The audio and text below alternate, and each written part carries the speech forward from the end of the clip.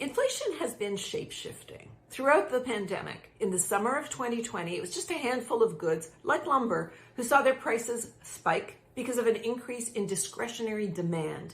But that morphed into a broad range of goods whose prices were affected by supply shortages due to the pandemic. We thought it was transitory. Pandemic over, prices go back down, but the pandemic isn't over, and Russia invaded Ukraine. And consequently, since March, Canadians have been paying more for everything, but most importantly, for the basics, for the non-discretionary things, food, shelter, gas, all increasing in price at rates that are many multiples of wage growth, leaving people behind and actually eroding the quality of life of poorer Canadians. So what can we do? Something on the demand side, something on the supply side, and something on the greedflation side. What's greedflation? That's companies that increase prices just because they can. They control enough of the market that they set prices. Okay, on the demand side, central banks are cooling demand, and the price they're going to cool the most is housing. Yay, after 12 gravity-defying years of price increase in the housing market.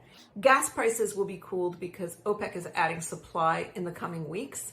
Food, there's very little we can do about, and that should be an alarm bell for all of us. People who are already food insecure will not be able to keep feeding themselves. So please, let's stop clawing back CERB from the people who have no money to give you, and perhaps even, instead of a broad tax cut, which is inflationary, have a very focused, time-limited increase in the GST credit so that people can feed themselves over the coming very difficult months.